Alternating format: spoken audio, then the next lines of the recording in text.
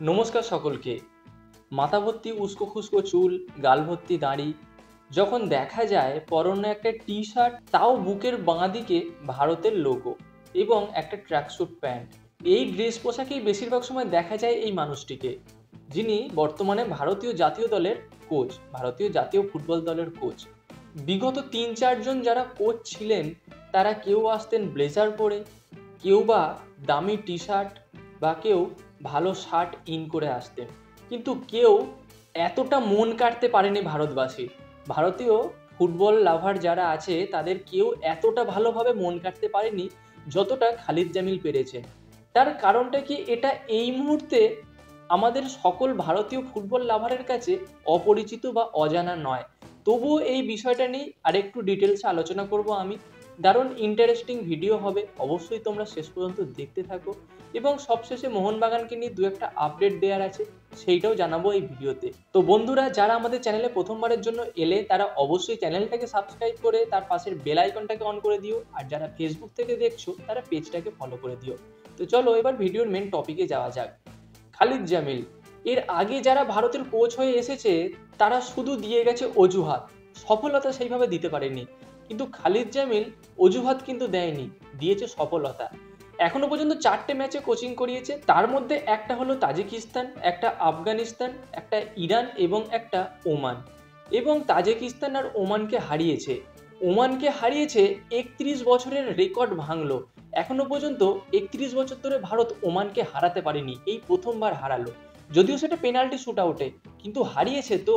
ওমানকে কতটা ফাইট দিয়েছে এই ম্যাচটা, ওমান একটা গোল দিয়েছে, সেটা কতটা কষ্ট করে, আর কিন্তু ওমানকে গোল দিতে দেয়নি।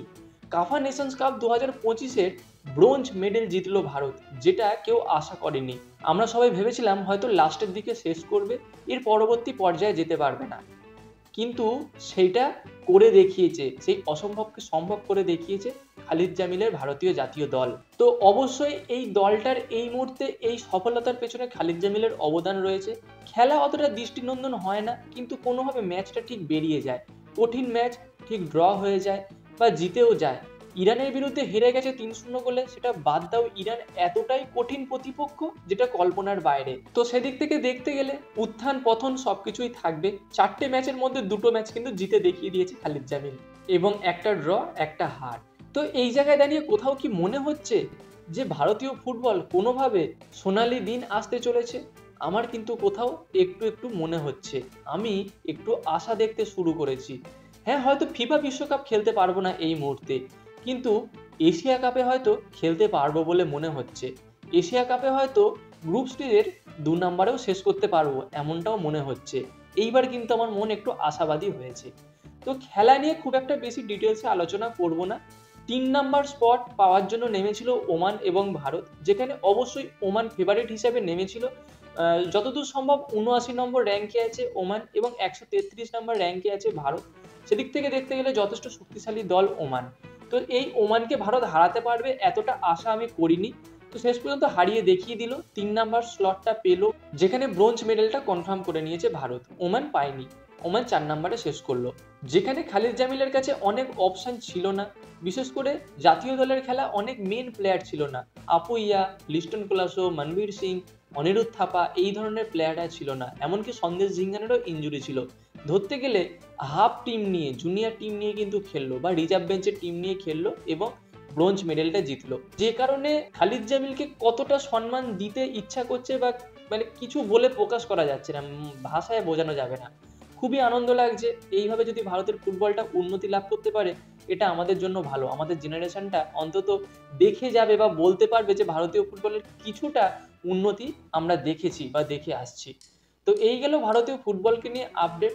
এবার যদি মোহনবাগান দলকে নিয়ে কথা বলি, সুখবর আছে মোহনবাগান দলকে নিয়ে, যেটা হলো অ্যালবাত্রো রড্রিগেজ গতকাল বল পায়ে প্র্যাকটিস শুরু করে দিয়েছে। তার আগের দিন একটা খারাপ খবর এসেছিল, বা মনে হয়েছিল অ্যালবাত্রো রড্রিগেজের হয়তো ইনজুরি আছে, যে কারণে সে প্র্যাকটিস করেনি, কিন্তু এমনটা নয়, তাকে রেস্ট দেওয়া হয়েছিল। সেই সঙ্গে জেমি ম্যাকলারেন, সেও কিন্তু বল পায়ে পুরো দমে প্র্যাকটিস করেছে। আর তার থেকেও যেটা বড় কথা, সেটা হলো মোহনবাগান কোচ মলিনা, সে কিন্তু সেট পিসের উপর জোর দিয়েছে। সেট পিস থেকে গোল তোলার চেষ্টা করছে বা ভালো ফলাফল পাওয়ার চেষ্টা করছে। আর এই সেট পিস বেশিরভাগ নিতে যাচ্ছে রবসন রবিনহো। এইটা কিন্তু একটা ভালো দিক। সেট পিস কিন্তু ফুটবলে অনেক কিছু ফারাক করে দেয়। কর্নার বলো বা ফ্রি কিক বলো, এইসব ডেড বল সিচুয়েশন থেকে কিন্তু গোল যদি করতে পারে কোনো দল, সেটা কিন্তু অনেকটা ভালো লক্ষণ। কারণ ওপেন প্লে থেকে অনেক সময় গোল আসে না। সেই জায়গাটা কাজে লাগাতে গেলে বা সেই খামতিটা পোষাতে গেলে কিন্তু জোর দিতে হয় সেট পিসের উপরে। কোনো না কোনো একটা জায়গা থেকে তো গোল করতে হবে, কোনো না কোনো একটা জায়গা থেকে তো স্কোর করতে হবে। সেদিক থেকে দেখতে গেলে সেট পিসও একটা ভালো সুযোগ বলা যেতে পারে। তো আর কিছুক্ষণ পরেই নামতে চলেছে এফসি গোয়ার বিরুদ্ধে খেলতে Mohun Bagan. Practice match, AFC champion league 2 এর আগে দুই দলের জন্যই এটা একটা প্র্যাকটিস ম্যাচ। ভালো, দুটো দল অনুশীলন করতে পারছে, সমস্ত প্লেয়ারকে দেখে নিতে পারছে কে কেমন ফিট আছে, ম্যাচ ফিট কতটা আছে। এটা দুই দলের কোচের জন্য একটা ভালো। তবে মোহনবাগান স্কোয়াডে এখনো একটা প্লেয়ার ইনজিওর্ড আছে, যে হলো অনিরুদ্ধ থাপা, এখনো রিহ্যাব করছে। তো হয়তো ধীরে ধীরে সে সুস্থ হয়ে যাবে। তার ব্যাকআপ হিসাবে দীপক টাংরি আছে, আপুইয়া আছে, অভিষেক সূর্যবংশী আছে, সেই জায়গাটা কভার আপ হয়ে যাবে। তবে জেমি ম্যাকলারেনের ফিরে আসাটা দরকার ছিল, ইনজুরি থেকে রিকভার করাটা দরকার ছিল। জেমি ম্যাকলারেন কিন্তু রিকভার করে গেছে, বল পায়ে প্র্যাকটিসও শুরু করে দিয়েছে। তো বন্ধুরা, এই ছিল আজকের আপডেট। তোমাদের মতামত কি কমেন্টে জানিও। ভিডিওটা গতকাল রাত্রে দিতে পারতাম, অফিস থেকে বাড়ি এলাম, শরীরটা একটু টায়ার্ড ছিল, যে কারণে আজকে সকালেই ভিডিওটা দিচ্ছি। এবং আজ থেকে শুরু হচ্ছে এশিয়া কাপ, আর এবার থেকে কিন্তু আমাদের এই চ্যানেল থেকে এশিয়া কাপ নিয়েও আপডেট আসবে।